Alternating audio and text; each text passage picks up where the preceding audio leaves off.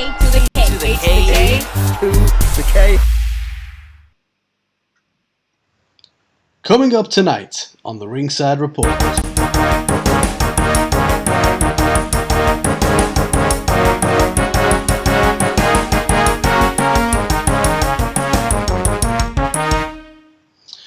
Tony Khan open to working with WWE. Road Dogg reveals he wants an AEW role. Anthony Bowens reveals he was close to joining NXT. Shotzi deletes her Twitter after criticism following Money in the Bank. We have details on the mysterious vignette that aired during Money in the Bank. Tyson Fury is in talks for WWE return. A new promotion, WES, the Wrestling Entertainment Series, cancels again. We have an update on the Buff Bagwell Twitter. Let's call it a situation, Carl. We'll update you. If you haven't heard about that, we'll update you as well, but we have an update on that too. And we also have an update on the contract status of Colt Cabana in AEW. And Anthony, when's all that coming up? It's all coming up right fucking now. Yes, it is. So let's kick off with the first one, shall we? Quite a meaty one, because Tony Khan was recently speaking on the Ringers Masked Men show. We're following on from Forbidden Door. A question was posed around potentially working with WWE on a huge joint show. And interestingly, Tony Khan made it clear that he would, in fact, be open to that suggestion. Now, he was quoted as saying, "I'm not sure if that's going to happen, but I would be open to talking about that type of thing. It's not crazy, but it's a bold prediction." Now then, so obviously we will have seen in the shows this week that further fuel potentially being added to the fire, because Bobby Lashley, in his promo, basically stated that, he talked about there being nobody out there in any other promotion that could take the US title away from him. So a lot of other kind of fans have, maybe taken that on board as well when it comes to this kind of thing. So what do you think? Do you think we may see this come to fruition? Obviously, WWE have shown they're open to working with others in the past, and obviously AEW we know are open. Will we ever see? I think we have to be honest, right? Both companies have took the opportunity to take shots at one another, right? But that being said, I think the rivalry comes mostly from the fans, so it's definitely not out of the realms of possibility. I mean, look at the relationship. Like, I think it's even documented earlier this week. Like, Adam Cole still has a really good relationship with like Triple H and Shawn Michaels and stuff like that. So it's like it's not like they're all like, "No, you're dead to me." It's not totally out of the realms of possibility. I think for me, the difficulty in getting something like this off the ground is, both companies want their stars to look good. So it's how do you achieve something where everyone comes out winning? It was sort of the challenge with Forbidden Door, but AEW got the edge because it was a US show and most people knew AEW over New Japan, WWE and AEW would be an absolute minefield when it comes to we can't have WWE dominating the entire pay-per-view or whatever they put together. So I think the logistics of how you'd have everyone coming out, not to quote a CM Punk interview term here, but how do you make everyone look strong? Yeah. How do you get the win but still make AEW look strong?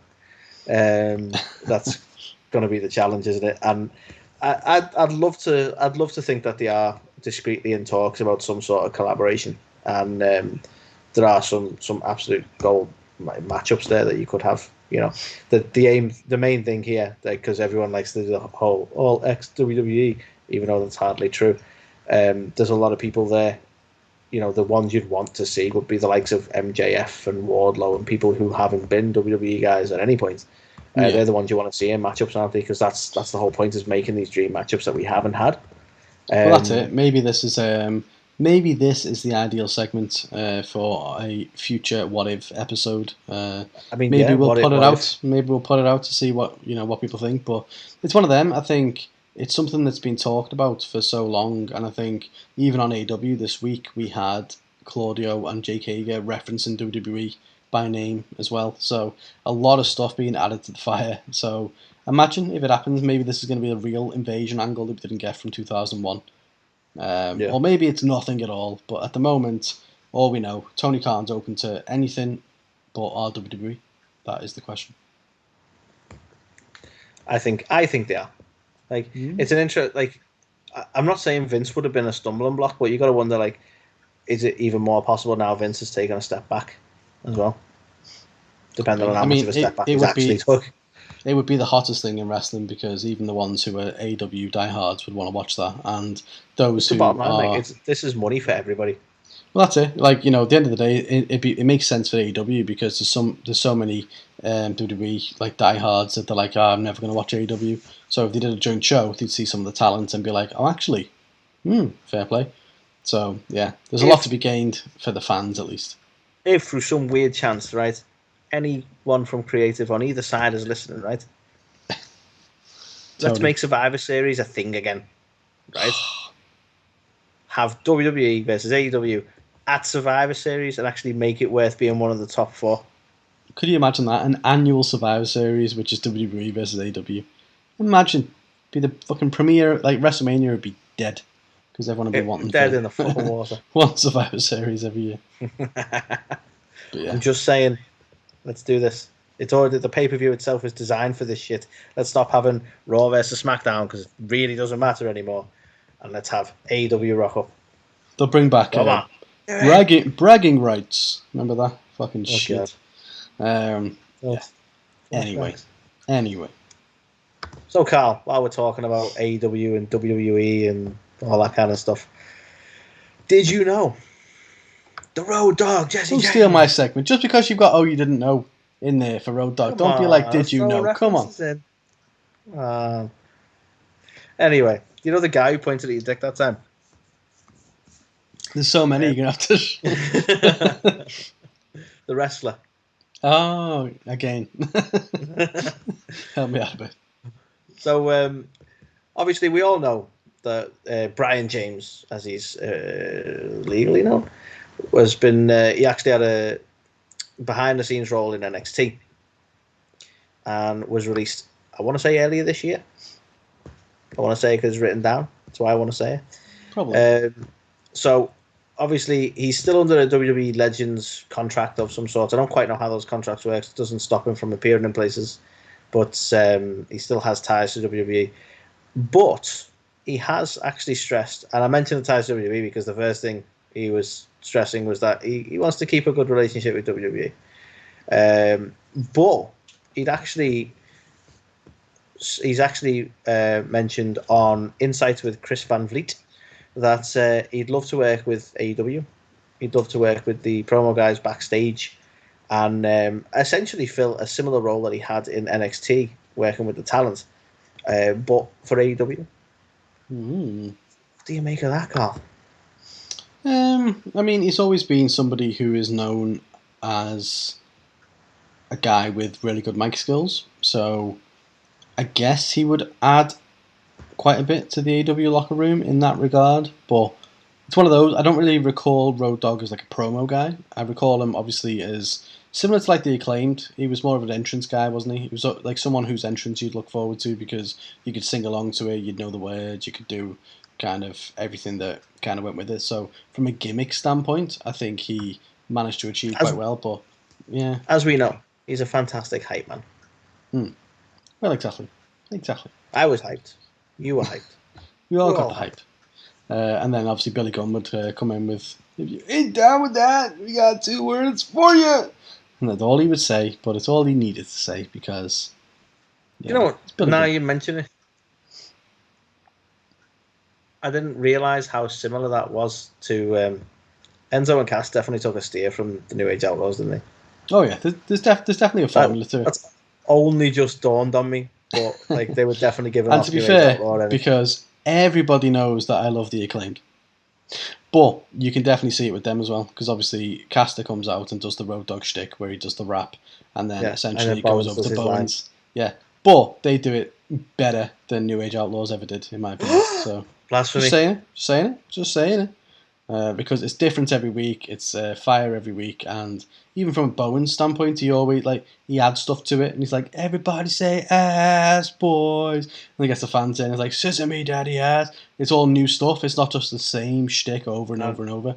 I want to prepare the audience, right? Carl is just setting up the perfect segue here. Let's just embrace this.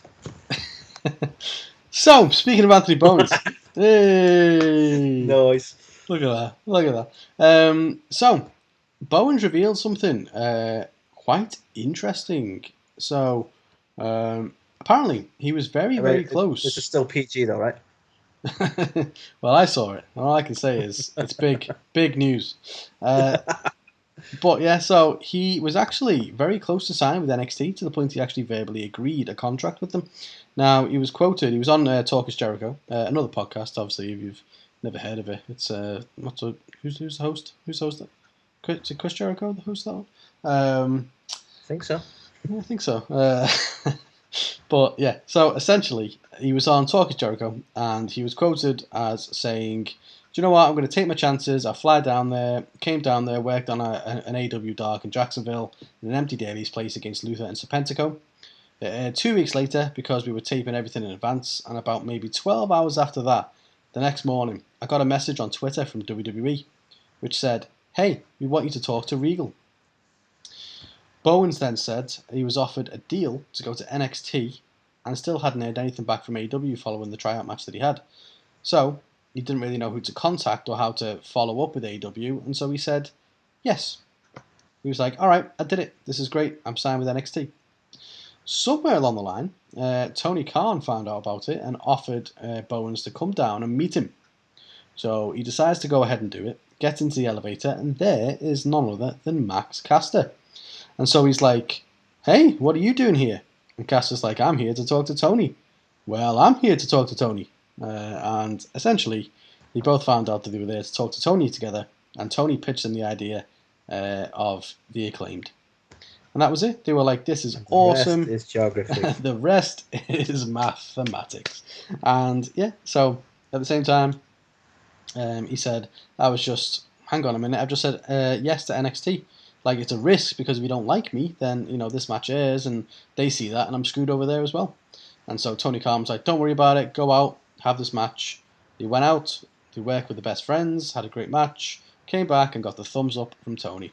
And that was it. He knew he wanted to be there in the first place, and that was it. His focus shifted over to NXT. Now, imagine, God forbid, imagine that Bowens went to NXT and we didn't get the Acclaimed. What would life even be? I don't even kid. That would I'm not saying ruin this your in jest. experience. I'm not saying this in jest. I'm not saying this to be like a little quirky thing. The Acclaimed are the best thing in wrestling at the minute. I cannot wait to tune in every week and listen to the Acclaimed. Strong statements. Genuinely, I can't wait. It's the highlight of my week. That is strong. So imagine strong. if we didn't get the Acclaimed. Imagine. So I'm thankful that Tony managed to convince them. Is this Thanksgiving? Yes. And then sesame, turkey ass. That's all I'm going to say. Oh, dude. Yeah. I feel like do you just mention the Acclaimed on like a daily basis? Pretty much. Everyone loves the Acclaim. Do you like every time you like sign off an email, do you put like and God bless the Acclaimed, best thing in wrestling at the moment? Sometimes, but I start every email with yo, listen. So yeah. He does have a fear that people aren't going to listen. That's it. You have to kind of reiterate it, just to make sure. But guess what, Max? We don't have to ask people to listen. They just do. I kid. Anyway, Carl, I'm interested to know how you feel about this next one. This next one, we're talking about the whole situation with Shotzi. So, anyone who may not know, Shotzi was involved in the Money in the Bank, women's Money in the Bank ladder match. It's a ladder match. There are spots. Sometimes spots don't go well. And they saw a particular spot at the Money in the Bank ladder match where Alexa Bliss and her both landed rather awkwardly. And this led to a little bit of backlash on social media. To be honest, right? Let's go. I'm trying to just give the info, but I'll just go straight into my opinion because there was a botch there, right? And we know historically Shotzi has thrown shade at certain Chris Jericho over botches playfully. I actually found it quite amusing, to be honest with you. I don't know if you remember. Do you remember the thing she did on Twitter? I don't with remember. Jericho. When Jericho landed on the cardboard, she put up a tweet of her like falling backwards onto a soft bed, like, which I thought was fucking funny, right? But the reason I mention it is because like I think she could have expected some criticism because she's thrown shade at botches before, right? So you go, Yeah. okay, you're gonna get some backlash, but let's have the same energy. Let's be playful with it. Let's have a joke. But no, sadly, the toxic fans came out, and people were doing such things as suggesting she should be fired, which is just fucking stupid, right? Yeah. So this has led to her obviously feeling the need to defend herself. So she put a response to those sort of fans on Twitter saying that she's not a wrestle robot, and she said the three things she cares about coming out of a match is everyone safe? Did everyone have fun? And did the crowd react? She confirmed that nobody got hurt, but she also says that she had to have a few friends wipe the tears off my face, is how she put it. And that was in the aftermath until reminding herself who she was. So you go, okay, she's took a fair bit of shit, but she's taken it on the, taking it on the chin and moving past it. And sadly, a day later, she has deleted her Twitter account. I say sadly, whatever's best for someone. In all fairness, if she can't be dealing with this shit, then delete your Twitter account. Yeah, definitely. It's just shit that she felt the need to, and shit that people are coming at her with that kind of energy of like she should be fired and so on. It's like, yeah, again, I was expecting a level of banter because she's had that sort of banter in the past, but don't be a dick about it. Yeah, exactly. It's tough, isn't it? Because, and I'm not trying to shit on Shotzi, by the way, but she does botch a bit. She does, and it's a well known fact, and that doesn't mean absolutely, she needs to be fired or anything like that. Which a lot of the takes have been ridiculous, but she does have a lot of botches, which is it's just part of a game and something that in an ideal world that she would work on. But as she said, she's not a robot. These things happen in wrestling, and everybody's had a botch in wrestling, so it's not the end of the world. Do you know what I mean? But as she said, ultimately everyone came out of it safe. Everyone came out of it, happy, and the match all in all went really well, which we'll get onto when we talk Money in the Bank. But it's one of those. It's mad. It's mad that she's got enough grief to delete her Twitter when it's not really the thing that you don't like think about the woman's Money in the Bank ladder match and go, oh yeah, do you remember the botch? It's not gone down as like so shocking that that's what people are talking about. More people talk about the fact that. I suppose the problem is though is that there will be a little cohort of people on Twitter who will have just come at her relentlessly and attacked her for it and stuff like that. Oh yeah, and it is what it is. At the end of the day, Twitter can be a very toxic place, and I think we spoke about this before. It's one of those, as you said, if it's best for her mental health state at the moment, not to feel obliged to read these things that people are saying about it, then delete them. Yeah, who gives a fuck? It's social media. At the end of the day, you don't have to have it. Like, who cares? So one of them. At the end of the day, as long as she's not taking it too much to heart and doesn't let it negatively impact her, yeah, like she does botch a bit, and other people do as well. So it's one of those things where at the end of the day, she's attempting these high risk maneuvers, and it's a big part of the game. Now you've seen the likes of Jeff Hardy and people like that who are known for high risk maneuvers who botch all the time. So it's just one of them. It kind of you've got to take that if that's the aspect of your game that you're going to go after. So obviously hope that she's not taking it too much to heart and can bounce back from it and not take people's words at face value, because at the end of the day it's people on Twitter who have all got fake little avatars anyway who wouldn't say it to her face, so who cares? Yep. Indeed. You know what I mean? So bit of a shit one. There you go. Indeed.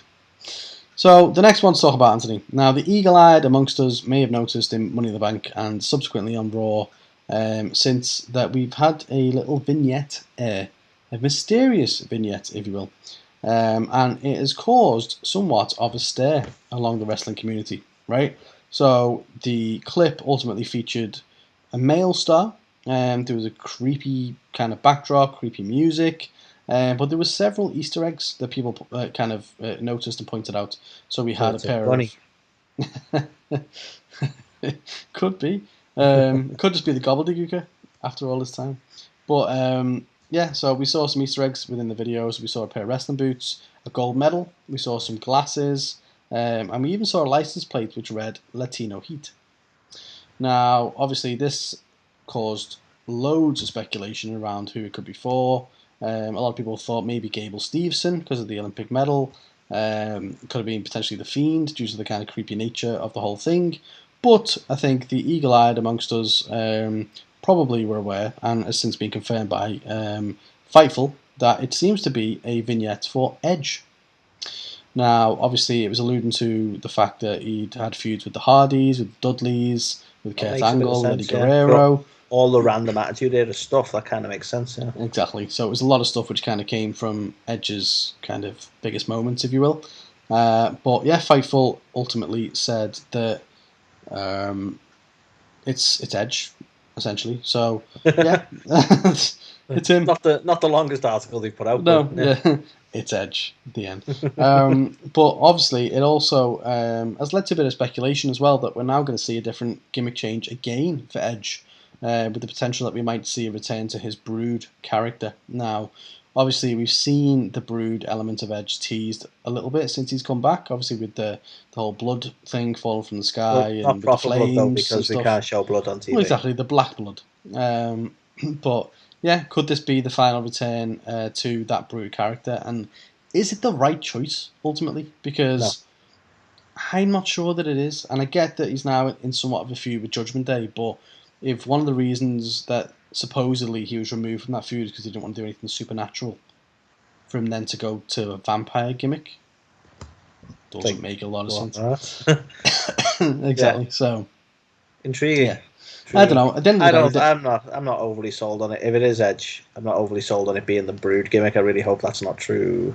Yeah, I think just the fact that obviously it was all his older stuff and like alluding to his other feuds that he's had. I think ultimately, I don't think anyone can argue that he was at his peak when he was the rated R superstar, wasn't he? So that's what he came back as. That's what everyone like went nuts for. So he's going back to being a face again by the looks of it. So just, I mean, well, not that rated R superstar was a face, but let's maybe go back to something along them lines that, isn't a little bit away from the occult, because we've seemingly got that a little bit with Judgment Day, and if he's now left that faction to do his own faction, it's just going to be like vampires versus, what was Twilight? Was it werewolves? Is it just Twilight?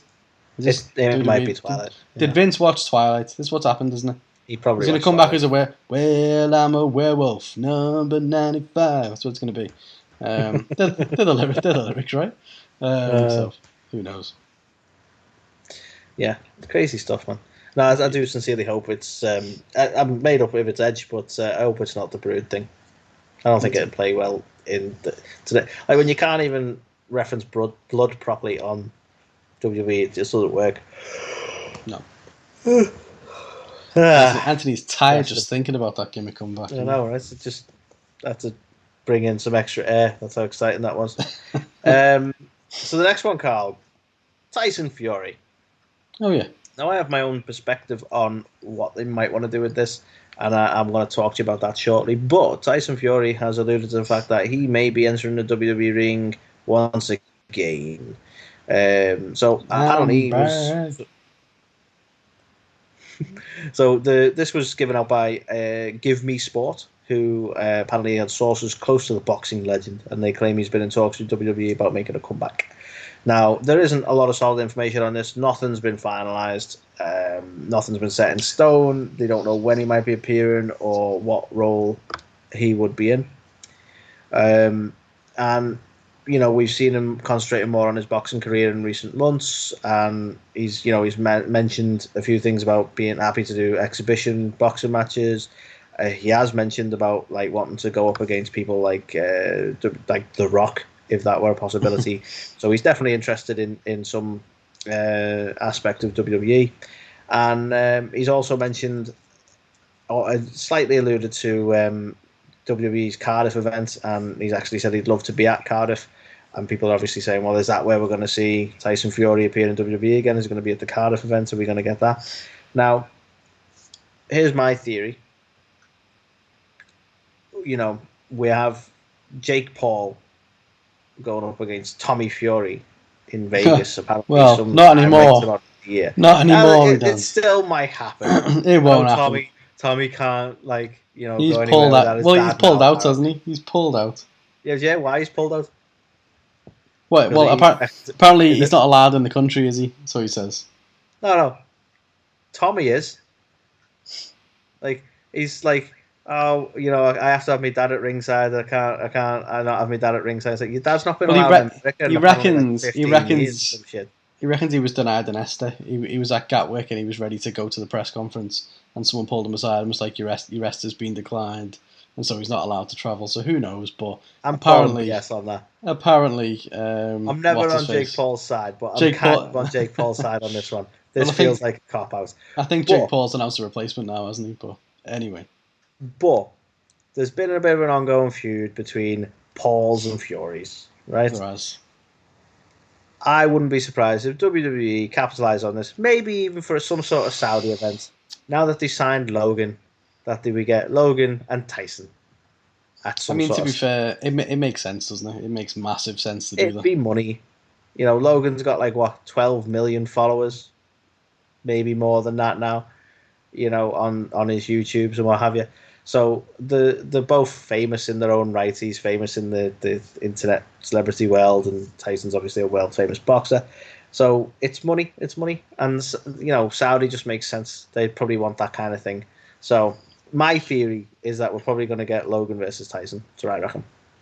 Yeah, it makes a lot of sense. I think they're very big on the celebrity signings at the minute. Obviously, they've just signed Logan Paul. They've re-signed Pat McAfee to a multi-year deal as well, and now obviously Tyson potentially going to be in there too. So yeah, they seem very big on celebrity signings, and I think you're right. I think it makes sense to do some kind of Paul versus Fury. Important. I think the Pat McAfee one is an interesting one because I think that really shows you that Vince doesn't just sign it doesn't matter the gender. If you're willing to dance on a table, Vince is going to sign you. You know what I'm saying? I think that's important to know. It's too many jokes that I can't possibly say on air. I'm trying to goad you into a car, but we'll leave it there. But yeah, I can definitely see him showing up at Clash at the Castle. I can definitely see him signing some kind of agreements for a year or two with WWE. And you know, based on name alone, I think he'll probably do all right. To be fair, so interesting to see if that comes to fruition. The next one to talk about, Anthony, is it's a bit of a concerning one, really. So, the former, I can't even remember what they were called. The tag team that were in NXT for a bit until they got injured. It's like, God, do you remember what they were called? Authors of Pain, I think they were called. So, yes. Essentially, they have started their own wrestling promotion called Wrestling Entertainment Series. Now, they were originally planned to put on a show at the start of June, but ultimately they decided to postpone it until kind of mid-July due to unforeseen circumstances. Now, they've since come out and cancelled that show that was scheduled for July for next week. And their statement read, "Dear fans and followers, unfortunately we'll have to cancel the event scheduled for this Saturday at the Motorpoint Arena in Nottingham, England. We're deeply disappointed in the news that we have to share, but with so many talent not showing up, we will have no choice than to cancel the event. Our team works so hard on this event day in, day out for the fans to come with a different type of wrestling event and believe that we still will be able to show that in the near future. We do want to say that all our talent that was scheduled to have been paid in full and that Lena Fanine, who is the former Nia Jax, was paid her deposit as well while she changed her mind and did not want to show up and wrestle anymore. For now we will have to apologise for this, but we promise that this is not the end. We'll see you soon." Now, interesting that obviously they singled out the former Nia Jax there in that statement. She tweeted out earlier this week that she didn't know why she was still on the poster and that she's not going to be at the show.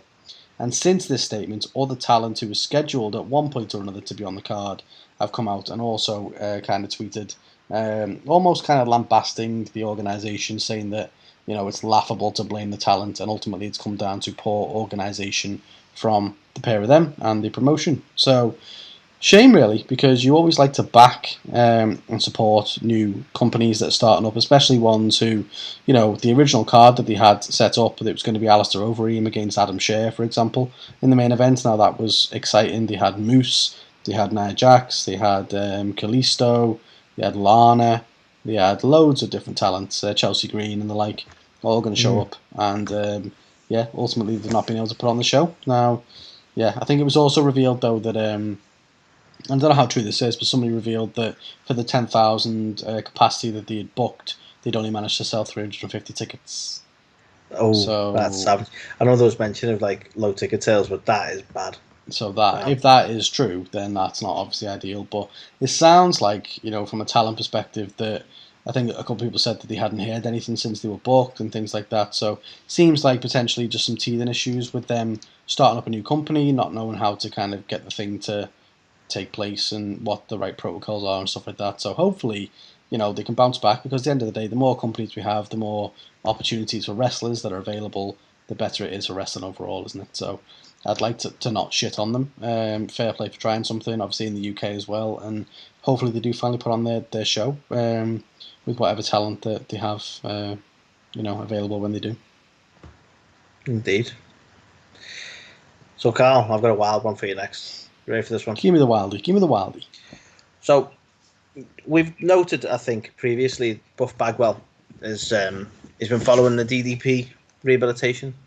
He's been reflecting on himself and his life, and has been prominent on Twitter, with this new perspective, being rather supportive and outspoken of the LGBT community, sort of educating himself on those sort of issues and things coming up from that. And people have been sort of really getting behind, the new Buff Bagwell, you will. However, very recently, Carl, it's been revealed that he wasn't the one in control of his social medias. He'd hired a chap named Michael, by all accounts, to run his social media accounts for him. And the reason we now know about this is that he tweeted very recently saying, "I have informed Michael that our business relationship is over and that he needs to get people what they are owed. I will continue on him to do so. For now, the only merch available is through my PWT store, marcusbuffbagwell.com, or in person at conventions." So everyone's like, what? So it turns out there seems to have been a bit of a falling out between these two, because this Michael chap also tweeted out, using the Buff Bagwell account by all accounts, on his Facebook, saying that "I appreciate everyone's support of Buff these last few months. I was running Buff's Twitter and other social media since last year. We've gone our separate ways due to a variety of reasons. I will not say anything bad about Mark and have no problem being the fall guy for whatever issues there are with merchandise.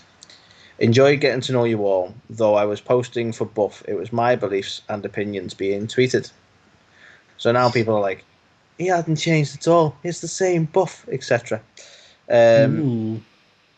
But it also then came out that the chap who was running the social medias, and I don't know how true this is because this has come from things I've seen on Twitter, but he may be a convicted sex offender as well. The heck? So, like, what? What the fuck's going on here? So the plot thickens.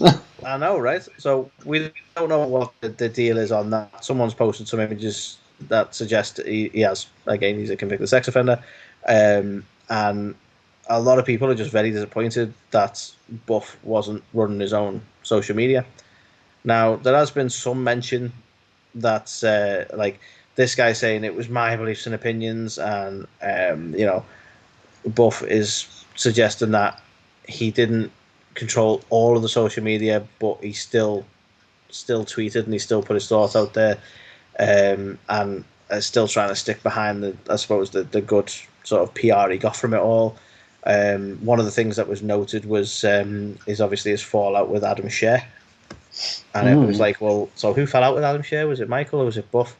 So certain things, it's like, no, like, I am in control of my social media, I can put what I want, but basically it's the other lad who was keeping an eye on it and so on like that. So we'll never know how much of that was actually Buff. Or we may do in the next few months if he starts running his own social media and he turns into a whole different person. Who knows? But we've seen a lot of people like kind of just massively disappointed that like they almost feel betrayed that it wasn't him running the social media. But I mean, a lot of people do this. Like, I don't know. Like, don't get me wrong, there was nothing there to suggest it was being ran by somebody else. But like, it's not surprising to find out a celebrity doesn't run their own social media accounts. So I don't know. Some people even snarkily put like, so you're telling me that Buff Bagwell account that tweeted like an opinionated wrestling fan in his late 20s wasn't run by Buff Bagwell? I was like, okay, yeah, I like the sarcasm. Nice. But I don't know what you make of this, but it seems like there's a lot of shit going on there in the last few days. Yeah, it's an interesting one because I don't understand why celebrities or people like that can't run their own social media. Like, I understand they might want to have their thoughts vetted by their PR team on things like that to make sure they're not saying things that are too offensive or anything like that. I get that. But to have someone else completely just end up like be the one who replies to other people and tweets things and it's sharing their views and not like how can someone come out and say the views that were shared were mine, not the person's account? Like, what? Doesn't make any sense, does it? Like, at the end of the day. See, so I always kind of assume, like, because I get it, if you're like a celebrity and you're getting inundated with messages and stuff, I understand having somebody like managing your social media in the sense of like looking at messages, looking at requests and stuff, and sort of either putting the responses because they know what they are. So like you're saying, like when a beloved UK based podcast messages you, and you get an automatic response back saying no thanks right now, you go, well, okay, like that's like an automatic response that But you like to think that the actual tweets and things they're putting out are still the celebrity, don't you? Like, I understand that they may not read all the messages they get, and that that sort of stuff might be managed. But you like you say, the opinions and the tweets and stuff going out. You like to think that is still that celebrity. It's kind of if that, and you don't know who's telling the truth, like because that he's been fired and he's saying like it was all me, all the love you had was for me. That could just be a lie. But you go, well, like it's kind of a fucked situation. It's like I mean, Buff Bagwell's there, like just say whatever. Just go with your opinion. Just throwing it out there. Was there ever a Michael? Or was it easy just to deflect the stuff onto Michael, the sex offender? He was. Well, yeah. I mean, he could have picked a terrible alias that just so happened that was going to be the case. But yeah, I don't know. It might have been his wrestling gimmick. I don't know. Maybe, but yeah, I don't know. I think you can kind of understand, can't you, why people are a bit annoyed because they might think, oh my god, Buff Bagwell just replied to me, and it's like, well, it wasn't. It was just some random guy who's looking at his Twitter account. So yeah, you kind of understand it, but yeah, essentially, it sounds like there's been a lot of stuff going on there with like failed merch and failed orders and like. I mean, that seems to have been the starting point for it. It's like Buff obviously hasn't said anything about the social media presence. He's straight away talking about people not getting what they've ordered and stuff. So there's obviously something gone tits up on the merch side. And that's been the bigger issue for him initially. But I don't know, it'd be interesting to see how his social media presence is going forward. Well, exactly. But yeah, I mean, ultimately as well with Buff, like whatever's going on with him, I hope he's all right. You know what I mean? He's obviously stayed with Dallas for a bit, and we know what a godsend Dallas is. So hopefully he's been able to get him straight and get him back on track. So, I mean, rumor has it though, when it comes to the missing merchandise, apparently Buff has got the stuff. Oh, see, this is why he's here, isn't it? Like, right, just out of nowhere, just literally just brings the lols, just from shit nothing. That jokes all day.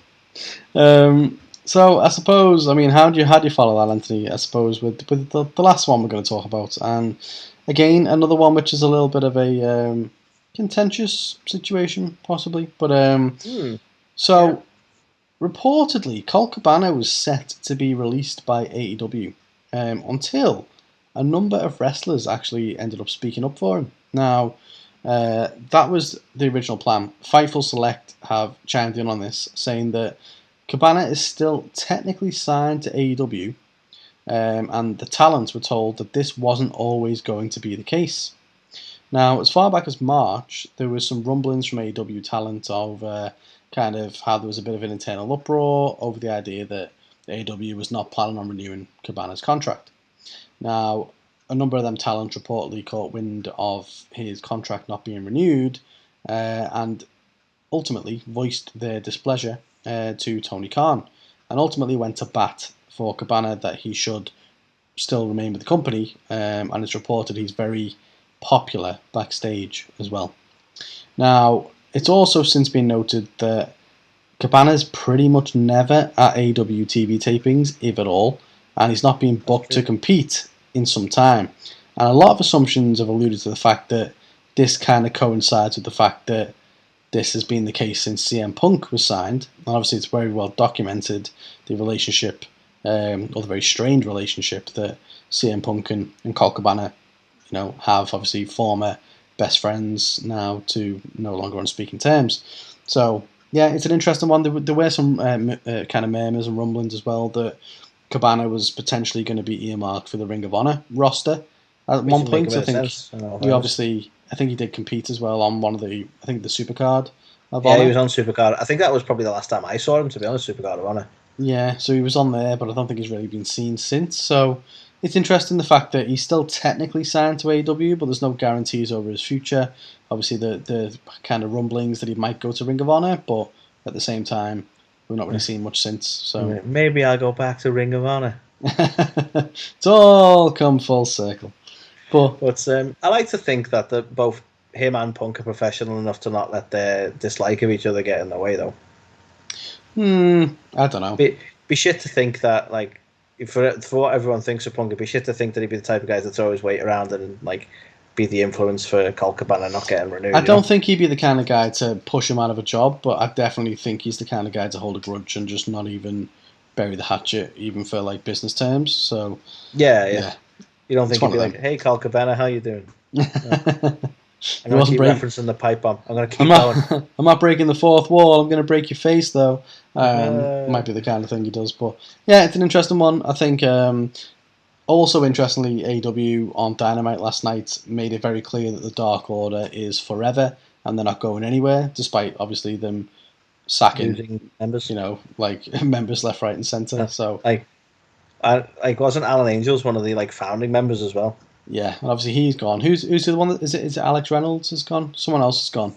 I think it was Alex Reynolds. And then obviously we've got Colt Cabana as well, who's teetering on the edge. So yeah, not ideal. It's going to be -1 soon, isn't it? I know, just him. But yeah, so interesting, and that was the news this week. So lots of topics covered. And yeah, speaking of things that we covered, have we told you that we spoke to Griff Garrison again this week?